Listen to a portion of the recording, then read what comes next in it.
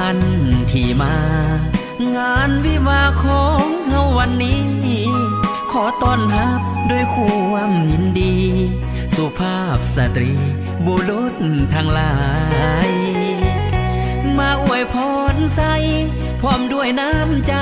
ของขวัญมากมายเจ้าภาพแต่งดองทั้งสองฝ่ายขอบใจหลายๆที่มาอบอุ่นบัดนี้พี่น้องเจ้าภาพแต่งดองขอเชิญทุกท่าน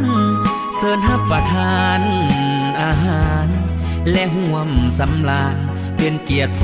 วกเขาอาหารเต็มพาของแก้มสุราเครื่องดื่มเบียร์เหล้าพวกเขาจัดหาเพื่อพวกเจ้าเชิญเลือกเอาทานตามสบายหากมีสิ่งใดบ่ถือใจหรือเขินขาหรือว่ามาลายาดว่าจะพางพาบ่เข้มของฮับปอนบ่ทันหลายสิ่งหลายอันขาดตกบกพร่องพวกเขาเจ้าภาพทั้งสองขอให้พี่น้องจงได้อภัยเมื่อเลิกจากงานเดินทางกลับบ้านขอให้มีโศกอย่ามีทุกข์มีโศก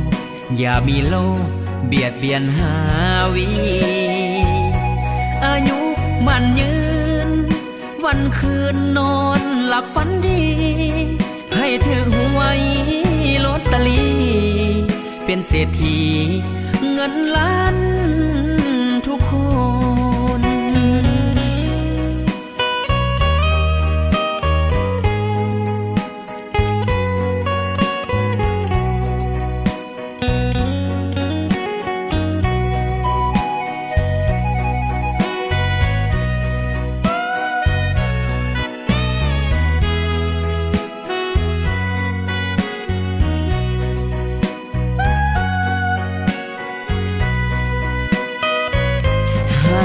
มีสิ่งใด